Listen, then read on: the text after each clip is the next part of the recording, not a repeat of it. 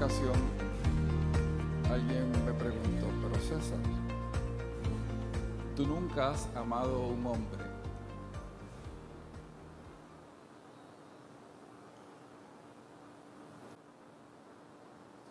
Y les puedo decir que si la pregunta es atrevida, la contestación puede ser escandalosa. Y yo le dije, claro que sí. Amo entrañablemente a mi padre, a mi hermano, a mis 2 hijos varones.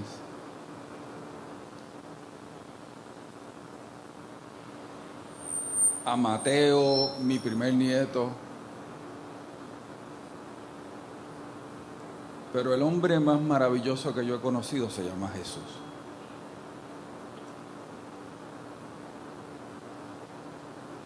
La gente no sigue ideas. La gente sigue personas que encarnan esas ideas. Yo quisiera que fuésemos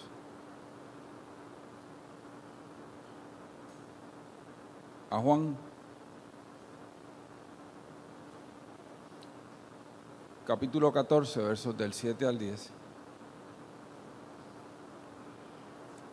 Espero que tengan aceitada su Biblia.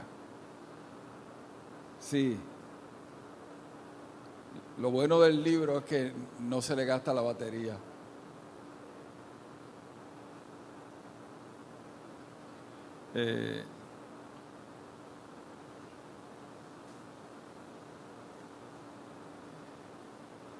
Hace muchos años se dio la noticia de que una mujer murió en extrema pobreza en un cubujón, en un cuarto pequeño en Santurce. Desnutrida, enferma, llena de llagas, la casa sucia. Y aquí quiero decir que quisiera que esto fuese algo infrecuente, pero la realidad es que en este momento hay mucha gente viviendo así. Mucha gente que aunque tiene familia, aunque tienen hijos, se han olvidado de ellos. Yo quiero que usted sepa que el que se olvida de sus padres, se olvida de Dios. Y no tiene que ver nada con que estén enfermos y sean incapaces de reconocer el cariño que les prodigamos o los cuidados que les damos, porque ellos nos amaron cuando éramos pequeños y tampoco entendíamos. Repito, el que se olvida de sus padres se olvida de Dios. Pero interesantemente, cuando las autoridades entraron y levantaron el matres, debajo del matres habían como $50,000.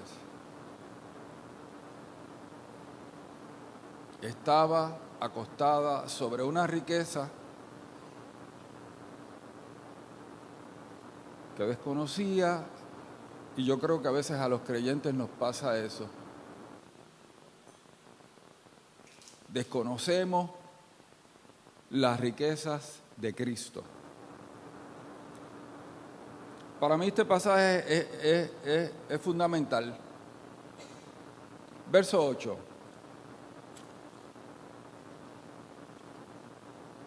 Felipe le dijo, Señor, muéstranos el Padre y nos basta. Más nada. Queremos ver a Dios. Algo similar a lo que Moisés le pidió al Señor. Déjame ver tu rostro. Muéstranos al Padre y nos basta.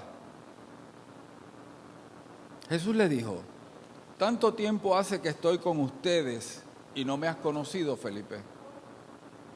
El que me ha visto a mí, ha visto al Padre. ¿Cómo pues dices tú, muéstranos el Padre? ¿No crees que yo soy en el Padre y el Padre en mí? Las palabras que yo les hablo, no las hablo por mi propia cuenta, sino que el Padre que mora en mí, Él hace las obras. Uno solo tiene 3 alternativas.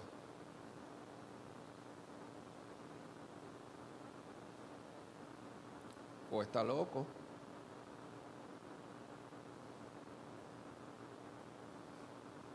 locura es cuando usted está fuera de la realidad. Y usted está fuera de la realidad cuando sus ideas y sus sentimientos no compaginan, no son cónsonos con la realidad.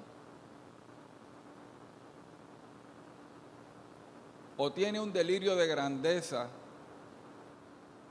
que también es una manifestación de la locura. Cuando hablamos de delirio de grandeza, hablamos de gente que se cree Napoleón, por usar un estereotipo. Pero hay una cosa que se llaman delirios mesiánicos. Gente que se creen que fueron llamados a salvar al mundo. Y no es otra cosa que una referencia a lo que Jesús decía hacer. ¿O está diciendo la verdad? De hecho, por estos comentarios de Jesús, es que era perseguido.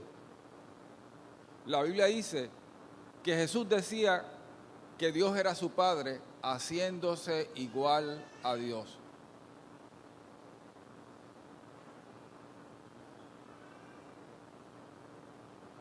El que me ha visto a mí, ha visto al Padre. Y aquí yo quiero que nosotros nos demos cuenta de qué es lo que nosotros proponemos como cristianos. La Biblia nos enseña que la realidad última no es una fuerza ciega. La realidad última no son las leyes de la naturaleza. La realidad última es una persona. Yo quiero que usted entienda que hay religiones que postulan que al final de todo, toda personalidad deja de tener conciencia y se une en este mar que llamamos el infinito, pero literalmente dejamos de ser.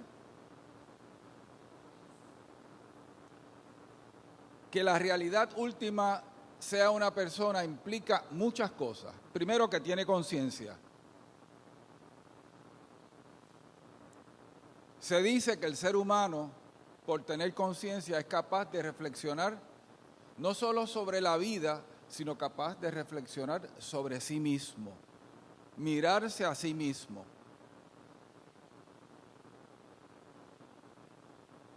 Tiene voluntad.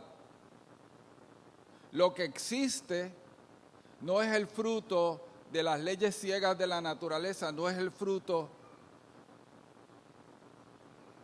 como alguien dijo en un libro, que por las leyes inherentes de la materia el universo se creó a sí mismo. Y la pregunta que uno se hace, pero si no había materia, ¿qué leyes podían haber? Porque literalmente lo que están proponiendo es que el todo surgió de la nada. Y de momento mentes brillantes postulan algo que es irracional. No somos el fruto del azar. Somos el fruto de alguien que actuó en su plena voluntad. Y eso significa que la vida tiene sentido. Que más allá de las tormentas, las tragedias que la vida pueda tener, la vida tiene sentido. esa conciencia primera, que nosotros llamamos Dios, que los filósofos llaman primer motor, última realidad, le podemos poner todos esos nombres. Que Pablo en Atenas dijo, el Dios no conocido, tiene una conciencia moral. Hace diferencia entre el bien y el mal, porque Él es la referencia para el bien.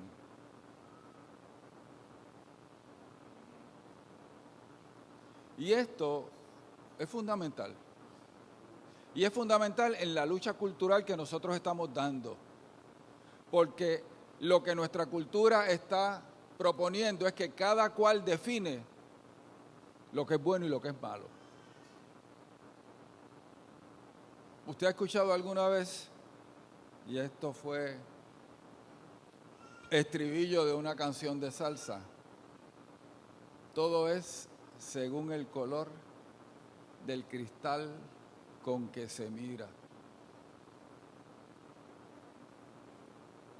Y eso es cierto en un sentido. La realidad es que todos tenemos perspectivas incompletas. Ninguno de nosotros tiene una apreciación completa de la realidad. Pero de ahí a decir que no hay absolutos, de ahí a decir que no existe al final del día ni bien ni mal, que todo es fruto de la conveniencia personal, tenemos un problema en nuestra sociedad. Esta sociedad no podría juzgar los crímenes de Hitler.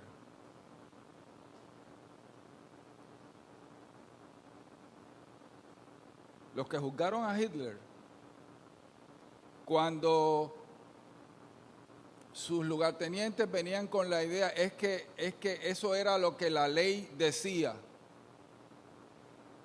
eso era lo que se había aprobado.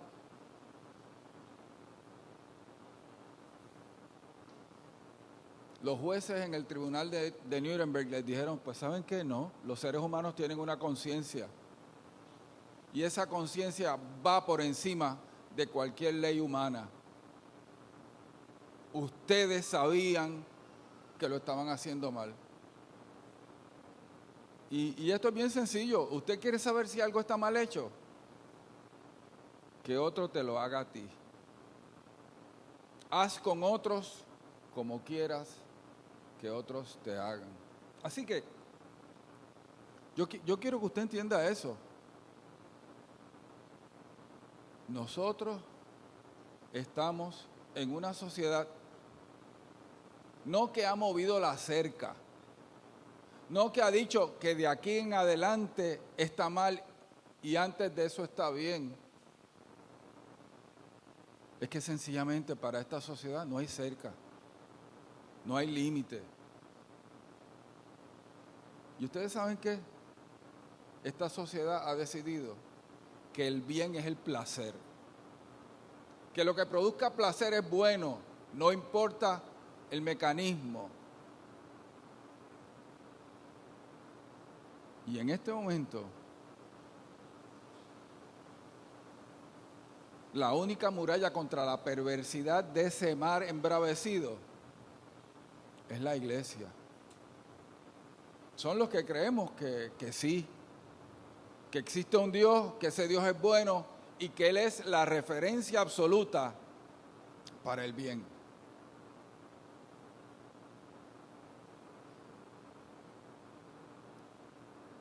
¿Qué más proponemos? Que Dios nos conoce.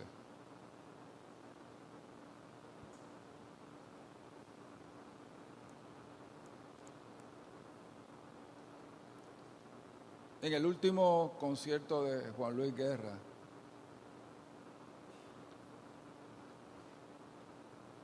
donde Susi me sonsacó, para allá casi llegando al cielo, bailar un merengue, fui obligado. En un momento dado, Juan Luis reconoció a alguien en el público. Y ese alguien se sintió halagado y fue aplaudido.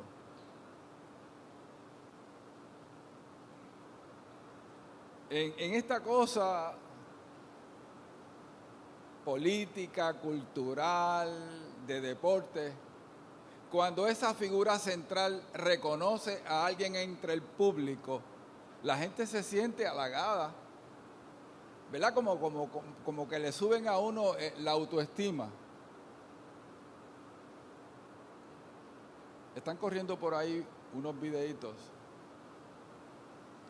de unos niños que están participando en alguna actividad musical, teatral, y de momento uno de ellos se emociona porque ve en el público a papá y a mamá. Y de momento se da cuenta de que es tan importante para papá y para mamá que ellos fueron a verlo y a escucharlo. La Biblia dice, a los que antes conoció, también los predestinó para que fuesen hechos conforme a la imagen de su Hijo. ¿Usted está preocupado por la aceptación que otros le pueden dar? ¿En serio?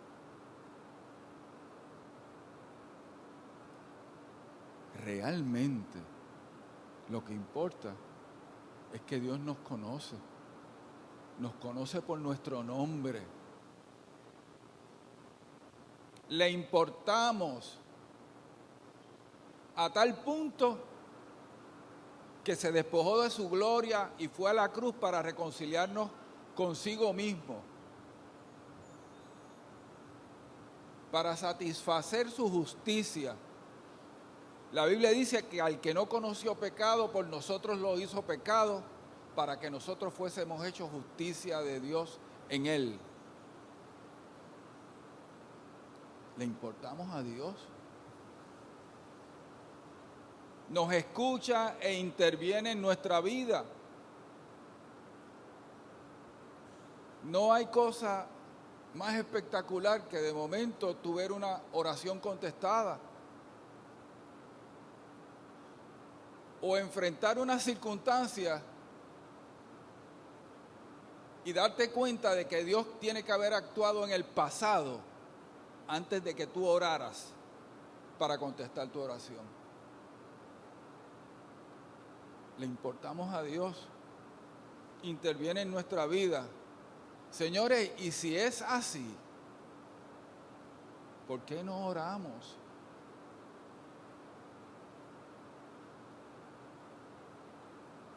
¿Por qué es más importante? ¿Por qué son más importantes las redes, los libros, la televisión? ¿Hay alguien más importante con quien hablar que con Dios? Y es interesante, porque quien se beneficia de la oración no es Dios, somos nosotros. Yo quiero que usted sepa que nosotros como cristianos tenemos un privilegio que es de valor incalculable. En un momento dado, David le dijo al Señor, yo quiero hacerte casa. Yo estoy viviendo aquí en un palacio, pero el arca del pacto está en un tabernáculo, que no es otra cosa que una tienda de campaña. Y Dios confronta a David y le dice, mira, los cielos de los cielos no pueden contener mi gloria. Y tú me vas a hacer casa. Y aparte le dijo, ¿sabes qué? Tus manos tienen demasiada sangre. Tu hijo me va a construir casa. Le dice a David, los cielos de los cielos no pueden contener mi gloria. Y sin embargo, Pablo dice que el Espíritu que Él ha hecho morar en nosotros, el Espíritu Santo, el Espíritu de Dios, el Espíritu de Jesucristo, nos anhela celosamente. El Nuevo Testamento plantea que cada persona que ha recibido el sacrificio de Jesús y que lo confiesa como su Señor se convierte en templo de Dios. Usted no está solo. Enfrentamos la vida siempre acompañados. Y la victoria en la vida cristiana es que seamos capaces de desencadenar todo ese poder, todo el poder del Espíritu que habita en nosotros. Nos escucha. No hay nada más importante en su día y en el mío que acercarnos a Dios en oración.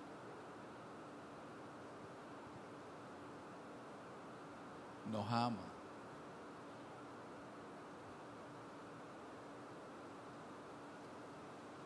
Y vamos a hablar un poco de qué es amor.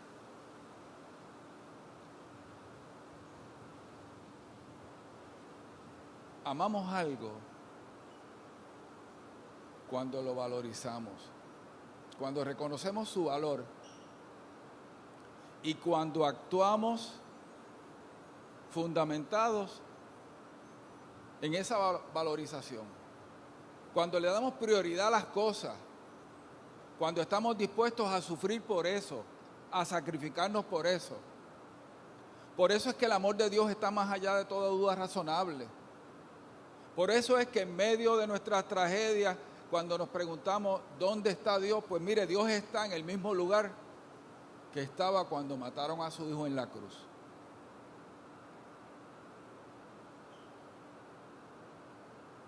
Oye, en la vida hay cosas que no entendemos, pero de algo nos tenemos que agarrar. Dios nos ama. Nos ama porque somos creación voluntaria de Él. Porque cuando nos mira se ve a sí mismo porque Él puso su imagen en nosotros. Nos ama tanto que se abrazó a la cruz para darnos salvación.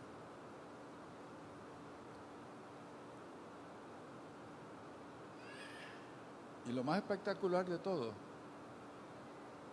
por lo cual estamos reunidos aquí, Jesús pudo haber sido un fenómeno histórico.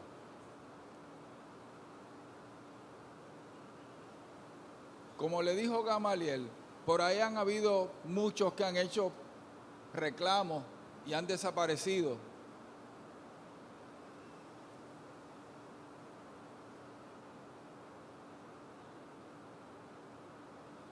Los dictadores de la tierra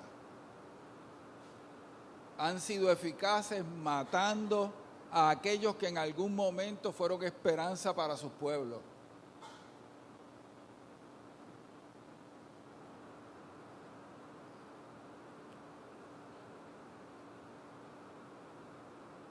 Yo quiero que usted entienda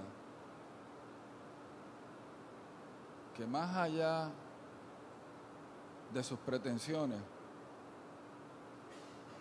el trato que le dio el gobierno de Puerto Rico y el gobierno federal a Pedro Albizu Campos es vergonzoso. Una cosa es que tú administres la justicia, otra cosa es que aquel que viene llamado a hacer justicia use el poder del Estado para aplastar a los que difieren. Cualquier semejanza con lo que está pasando o pueda pasar en Puerto Rico no es coincidencia. Pero realmente este fenómeno que llamamos cristianismo se basa en un solo evento.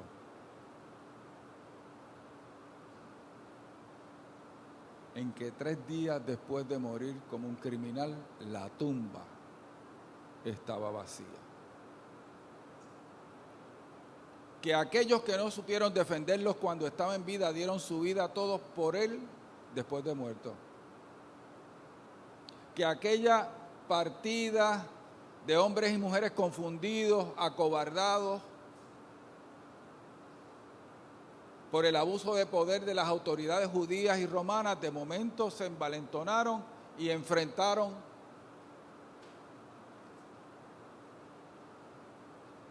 el poder del imperio. Y hoy usted puede ir a Roma y ver el Coliseo. Hoy el imperio romano es historia. Hoy la iglesia está aquí. Jesús venció la muerte.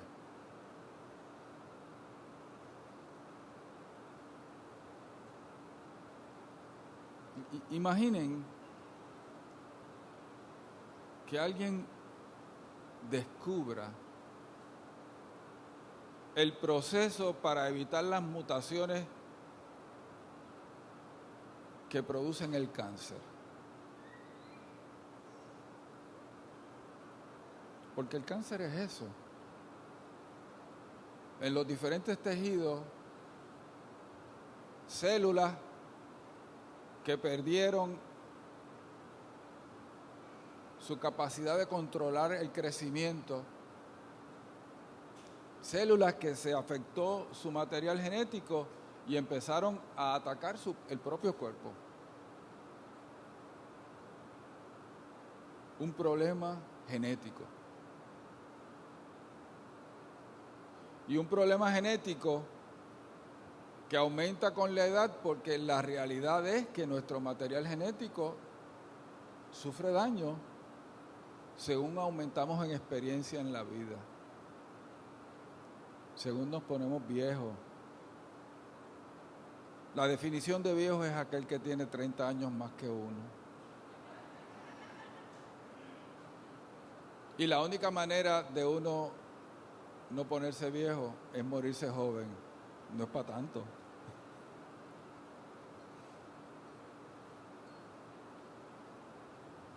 Imaginen.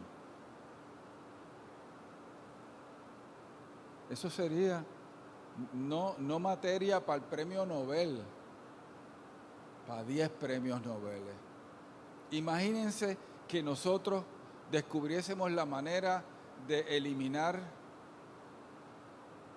ese látigo sobre la vida que es el cáncer. Pues imagínense cuánto vale el tener esperanza sobre la muerte. ¿Cuánto vale el que aquellos a quien enterramos no les decimos hasta nunca?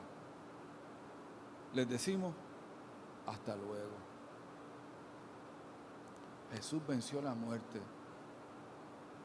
Las palabras más espectaculares que alguien ha podido escuchar, la escucharon María Magdalena y las mujeres cuando fueron a la tumba aquel domingo. ¿Por qué buscan entre los muertos al que vive? No está aquí, ha resucitado. ¿Y sabe qué? Con esa esperanza, los cristianos enfrentaron la persecución, la muerte segura, porque tenían una esperanza indestructible. La muerte es esa experiencia humana que nos hace iguales. El envejecimiento, el dolor, la enfermedad no son sino adelantos de la muerte.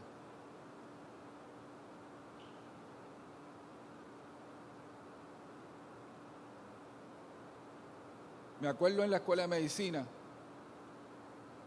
que teníamos este compañero que venía de la pobreza.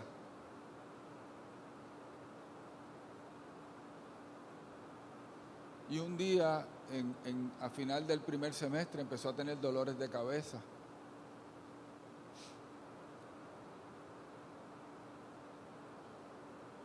Resultó que tenía un tumor cerebral.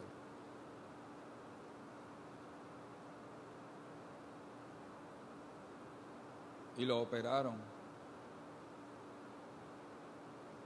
Y estaba en el intensivo de neurocirugía del hospital municipal y yo lo fui a ver y me horroricé porque no lo reconocía. Y de momento me empecé a dar cuenta de que esa idea de la enfermedad y de lo terrible que puede ser se encarnó en un compañero a quien apreciábamos un montón. Venció la muerte. Ayer estaba hablando con esta mujer que perdió 2 hijos en el vientre.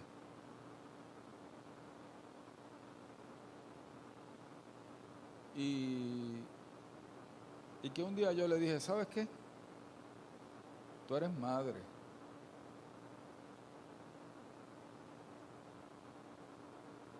Verás su rostro en la presencia de Dios.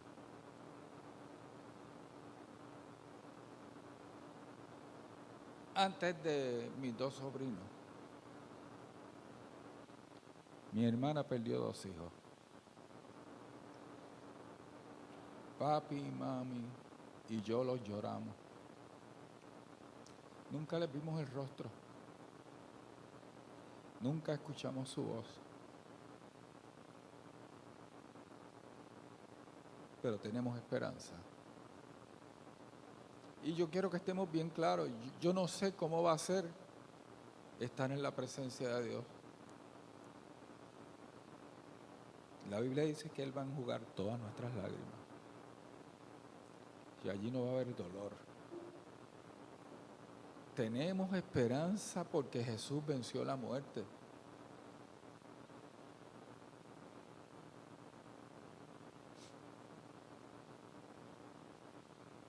En Mateo capítulo 28, capítulo 28, versos del 18 al 20, la Biblia nos dice, y Jesús se acercó y les habló diciendo, toda potestad me es dada en el cielo y en la tierra. Por tanto, vayan y hagan discípulos a todas las naciones, bautizándolos en el nombre del Padre y del Hijo y del Espíritu Santo, enseñándoles que guarden todas las cosas que les he mandado. Y aquí yo estoy con ustedes todos los días hasta el fin del mundo. Amén. El único que ha vencido la muerte ha sido Jesús. Y cuando nosotros predicamos a Jesús, no estamos predicando una construcción social. No estamos predicando un fenómeno cultural. Sí, hay construcción social sobre el Evangelio. Cada sociedad, cada cultura lo ha expresado de manera diferente. Construcción social es que cuando la catacumba comienza, pues los himnos eran rancheras.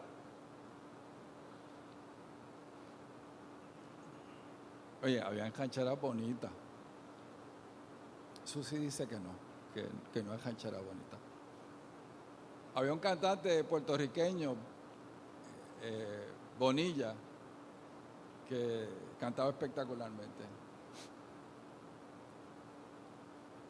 Y hablar de congas en el culto era blasfemia. Cencerro, jamás. Cuando Richie Ray y Bobby Cruz empezaron a cantar salsa cristiana,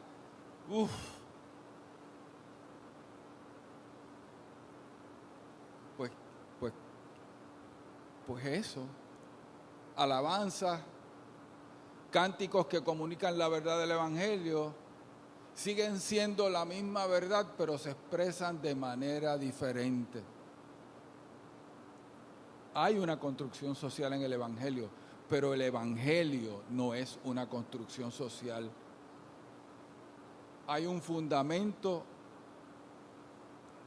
que no está relacionado a la cultura, porque el problema de la muerte, el problema del pecado, del cual la muerte es la evidencia, es un problema universal. Yo quiero que usted sepa que hay gente aún en este momento dentro de la iglesia que dice que es imperialismo cultural, que es colonialismo cultural que prediquemos el evangelio a gente que tiene otras religiones. Pues miren, no. Porque la verdad que nosotros proclamamos resuelve el problema fundamental humano. Aparte de eso, aquel a quien le servimos nos dio el mandato expreso. ¿A quién le vamos a creer? ¿A los modernos teólogos? ¿A quién le vamos a creer? A la gente que piensa que no hay ninguna religión superior a otra, porque piensan que todas las religiones son mentiras, porque piensan que lo único que hay es la materia. Y por lo tanto, ¿qué importa el cuento?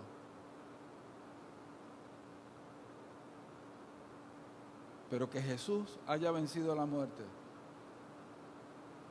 nos da a nosotros la legitimación de compartir con los demás su mensaje, que realmente el mensaje de Jesús es la persona de Jesús y su obra.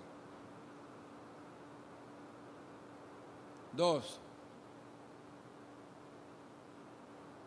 El evangelio no es legitimado porque la iglesia haya cometido errores a través de la historia.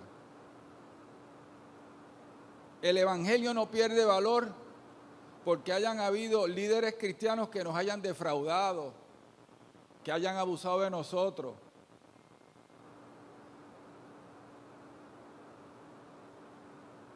Señores, en la catacumba nosotros hemos tenido escándalos.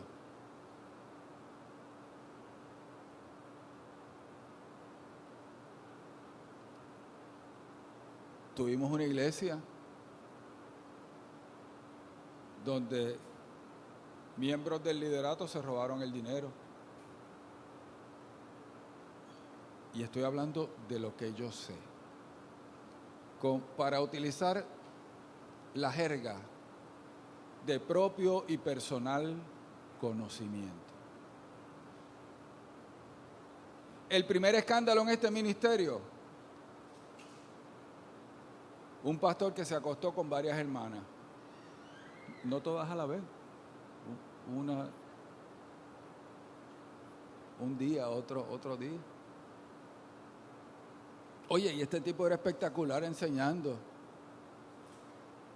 Y hubo gente que no creyó a las hermanas, que no podían creer que este individuo que parecía tan espiritual hubiese hecho eso. Y este ministerio por poco se divide por esa controversia.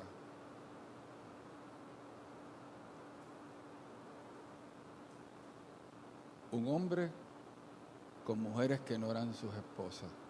Tuvimos un pastor que abusó de otros varones.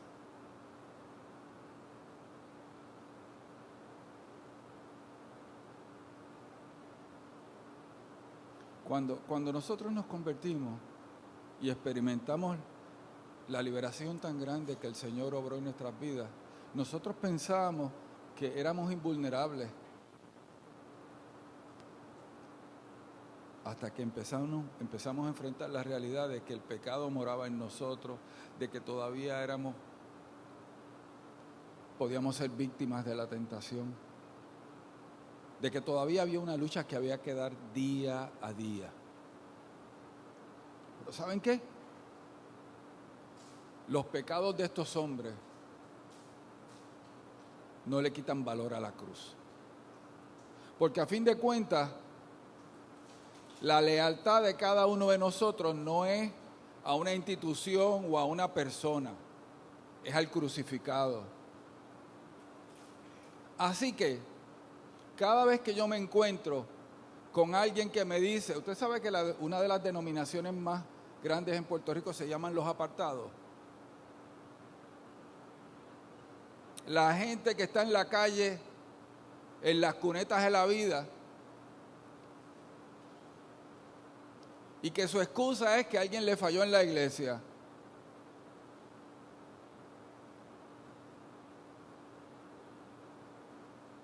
Y la pregunta que yo le hago, ¿y en qué te falló Jesús?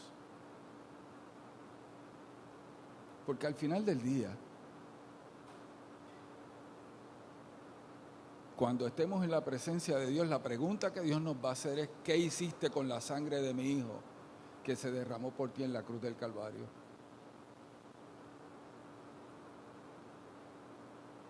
Ah, que fulano hizo esto, y Dios te va a decir, ¿y Perencejo me falló, ¿y?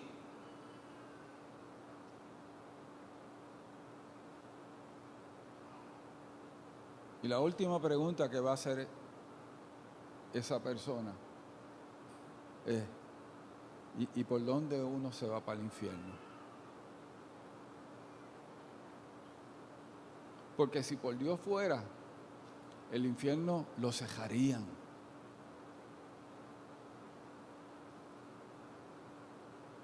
Y yo quiero que usted esté bien claro en eso.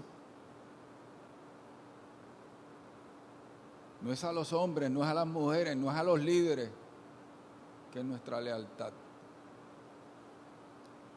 Y estemos claros, no es que seamos desleales. Es que nos demos cuenta que nuestra lealtad última, nuestra lealtad fundamental es al que fue a la cruz por nuestros pecados y resucitó venciendo la muerte. Al que dijo, me voy pues a prepararles lugar para que donde yo estoy, ustedes también estén. En la casa de mi Padre muchas moradas hay.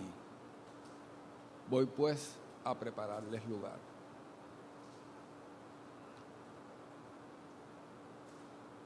Estemos claros, no hay excusa para abandonar el Evangelio.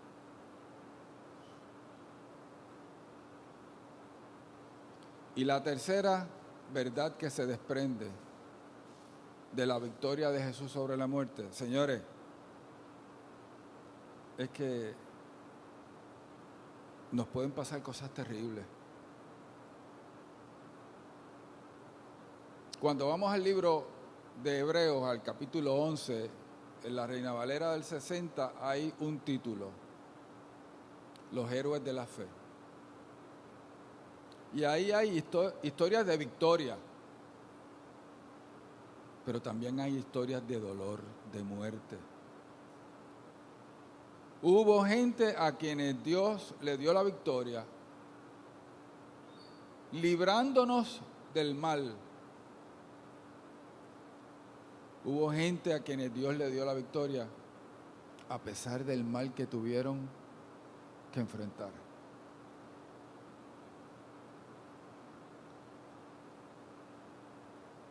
Cuando Susi y yo nos casamos,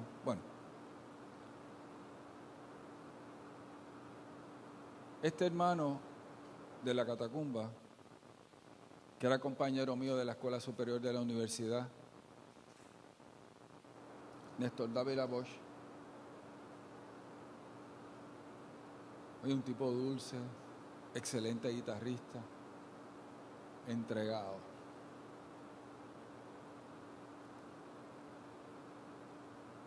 Tenía un linfoma regado por todo el cuerpo cuando le hicieron el diagnóstico. Para aquel entonces, eso no tenía cura.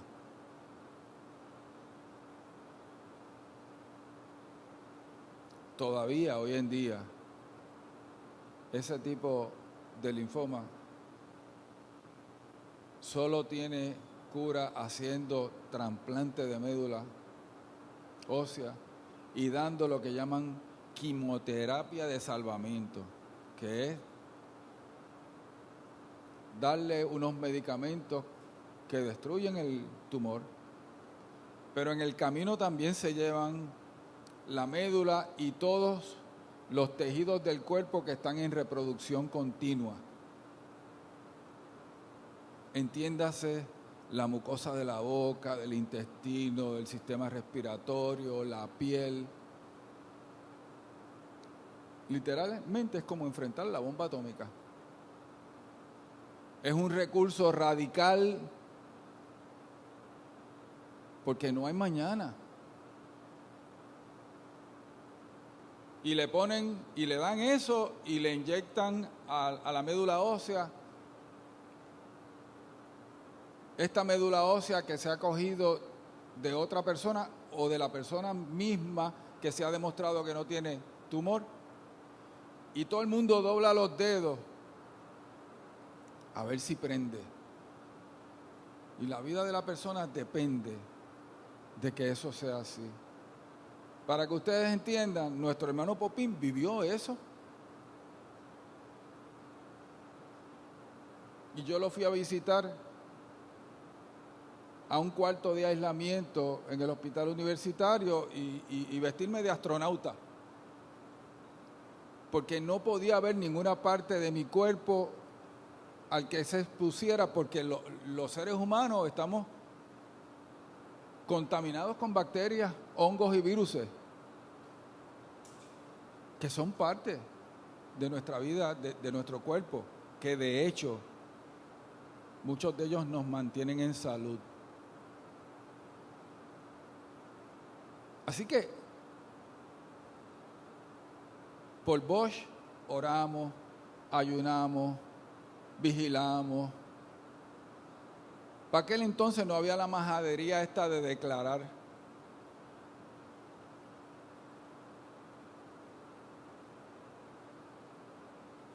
La única arma que teníamos era la fe. La fe en la compasión y en el poder de Dios. Oramos, ayunamos, vigilamos. Oramos, ayunamos, vigilamos. Oramos, ayunamos, vigilamos. Vigilamos, ayunamos, oramos. Oramos, oramos, oramos. Vigilamos, vigilamos, vigilamos. Ayunamos, ayunamos, ayunamos. Y nuestro hermano se murió.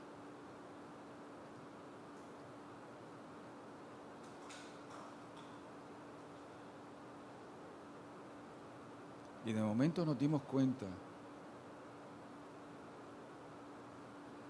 de que Dios tiene un poder, pero a veces no lo usa como quisiéramos. De que a la gente que ama a Dios a veces le pasan cosas terribles, pero nada de eso empaña la realidad de que en todas estas cosas somos más que vencedores por aquel que nos amó.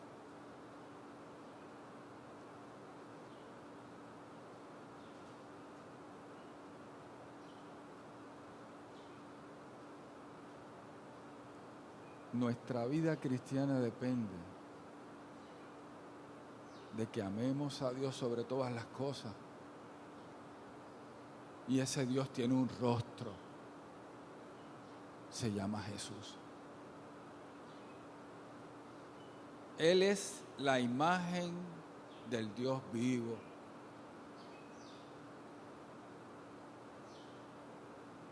Hay un pasaje en el Antiguo Testamento, en el libro de Daniel, en el capítulo 7. Capítulo 7 de Daniel es el capítulo de las 4 bestias.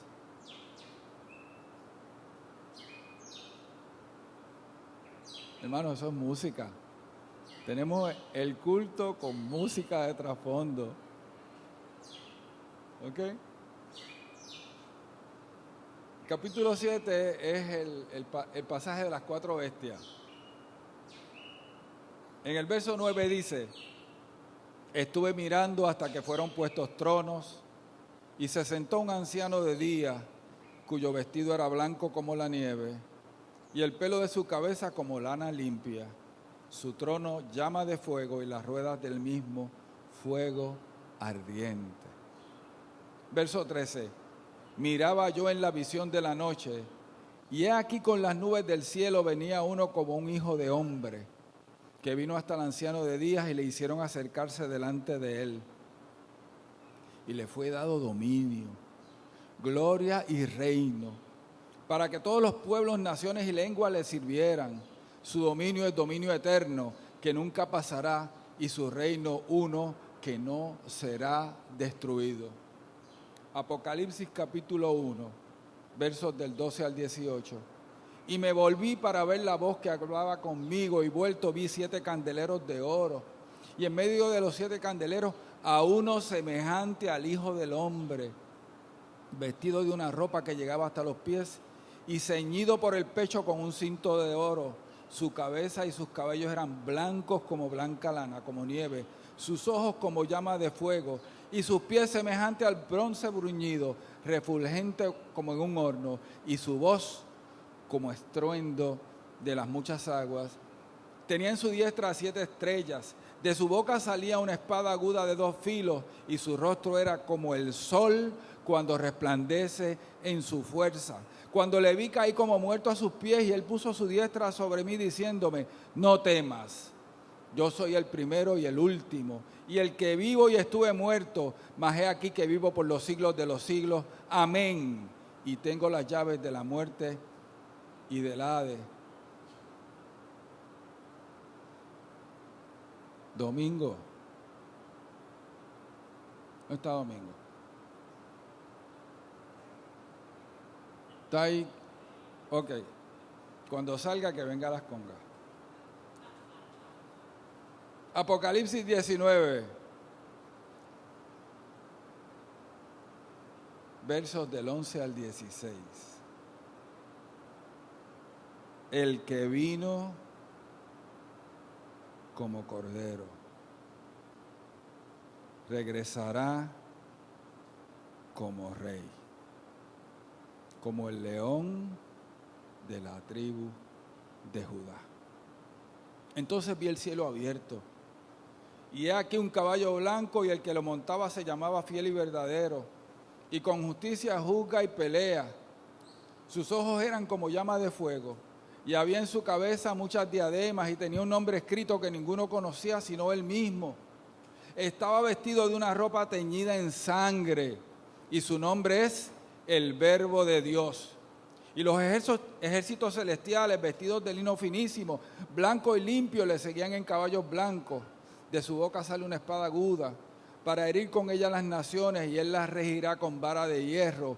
Y él pisa el lagar del vino del furor y de la ira del Dios Todopoderoso. Y en su vestidura y en su muslo tiene escrito este nombre: Rey de Reyes y Señor de Señores. Nuestra victoria está asegurada, hermano. Más allá de los vaivenes de la vida, nuestra victoria está asegurada. Domingo, ¿todavía tú sigues corito? Vente. La teología es sencilla. Pelearán contra el Cordero y el Cordero los vencerá. Nos ponemos en pie.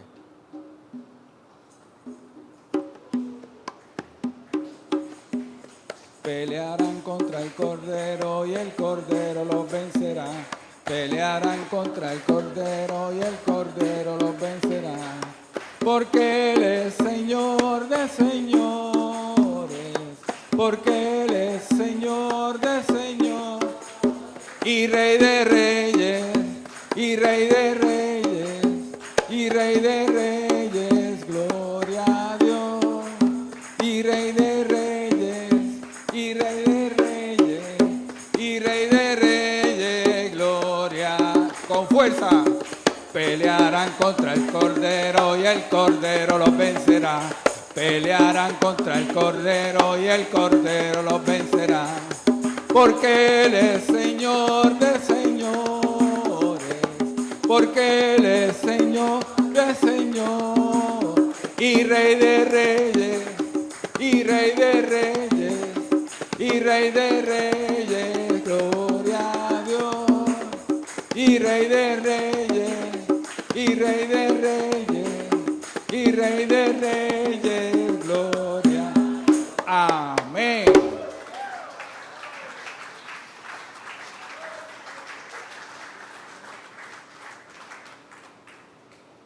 Pero las cosas que hemos dicho,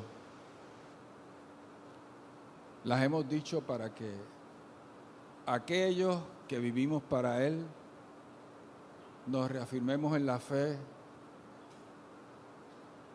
nos enamoremos más de Él. Pero para aquel que vive por otra razón, hoy tenga la oportunidad de encontrarse con Él. La vida cambia cuando nos encontramos con Dios. Y yo te invito a que en esta mañana tú invites a Jesús a tu vida, aceptes el perdón que Él te da en la cruz del Calvario y decidas servirle, decidas vivir para Él, que Él sea el criterio por el cual tú tomes decisiones en la vida, para que tengas la esperanza de que cuando cierres los ojos en este lado de la eternidad, los abras en la otra y haya fiesta, para que hoy se escriba un nuevo nombre en el libro de la vida.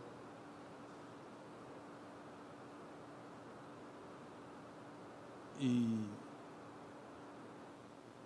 más que emociones, lo que necesitamos es convicción, compromiso.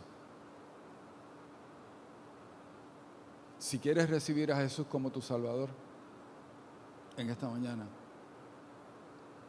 te invito a que tomes la decisión, a que te hagas la pregunta: ¿para qué, para quién yo vivo? ¿Qué criterio es el que yo uso para construir mi vida? Yo te invito a que le abras tu corazón al Salvador. Y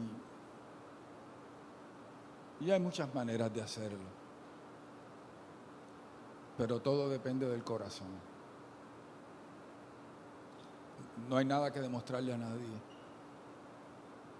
porque realmente el único que conoce el corazón es el Señor. Así que yo voy a hacer una oración, pero si tú haces esa oración, es importante que entiendas que la vida cristiana no se vive solo. Que parte del trabajo de la iglesia es ayudarnos a vivir la vida cristiana, a capacitarnos para vivir esa vida cristiana. Que te tienes que acercar a alguna iglesia, que tienes que comunicar la decisión que has tomado para que otros caminen a tu lado, para que otros te ayuden, porque es una lucha. Pero lo mejor que podemos hacer con nuestra vida es gastarla para Dios, es gastarla para Jesús. Como dijo Pablo, todas las cosas que para mí eran de valor, ninguna importa.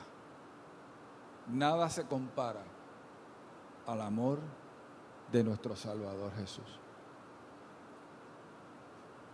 Si quieres pararte como señal de que estás aceptando a Jesús como tu Salvador, si quieres pasar al frente, al final del día lo que importa es que tomes la decisión. Los que están a la distancia, Dios está al alcance de una oración de arrepentimiento. Y no hay fórmula, porque Dios conoce nuestro corazón. Mis palabras fueron, un 10 de diciembre de 1971, Señor, si tú me cambias, yo te sirvo. pero las tuyas pueden ser otras. Pueden ser: te necesito, Dios, quiero vivir para ti. Pero lo fundamental es que entiendas que lo que te separa de Dios, el pecado, se pagó en la cruz por el sacrificio de Jesús. Que podemos ir delante de Dios en confianza, porque Jesús nos abrió un nuevo camino, su cuerpo, su sangre. Y por ese sacrificio, Dios nos escucha y Dios nos responde. Y dejamos de ser sus enemigos para convertirnos en sus hijos. Señor, te damos gracias, porque la inmensidad de tu amor no la entendemos. Te damos gracias, Señor, porque nos viniste a buscar cuando éramos tus enemigos, Señor. No era que estábamos buscándote, era que actuábamos contra ti, pensando que no te necesitábamos, que la vida nos podía ir mejor lejos de ti. Pero nos amaste. Y en ese amor viniste a nuestro encuentro, como el pastor que abandona 99 para ir por la oveja perdida. Te damos gracias, Señor. Padre, tú sabes, tú conoces los corazones, tú conoces las conciencias. Yo te presento a cada uno de aquellos que en este momento está reconociendo su necesidad de ti y te está abriendo su corazón. Cada uno que te está diciendo: Señor, gracias por el perdón que me brindas por la sangre de tu Hijo en la cruz.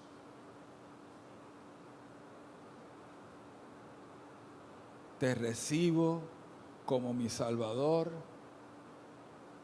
y quiero vivir para ti, que seas mi Señor. Lléname de tu Espíritu Santo, que transforme mi vida, que me liberte del pecado y que me dé las fuerzas para vivir para ti. No porque yo lo merezca, sino por tu gracia, por tu amor, por tu misericordia, por tu compasión. Te damos gracias, Señor. Bendito sea tu nombre, mi Salvador. Bendito sea tu nombre, Señor. Padre, y tú conoces las necesidades de los que nos hemos congregado en esta mañana aquí y de los que nos están viendo a la distancia. Actúa, que podamos tener la convicción de que tú escuchas nuestra oración y de que tú vas a actuar en favor nuestro. Te damos gracias, Señor, en el nombre de Jesucristo tu Hijo.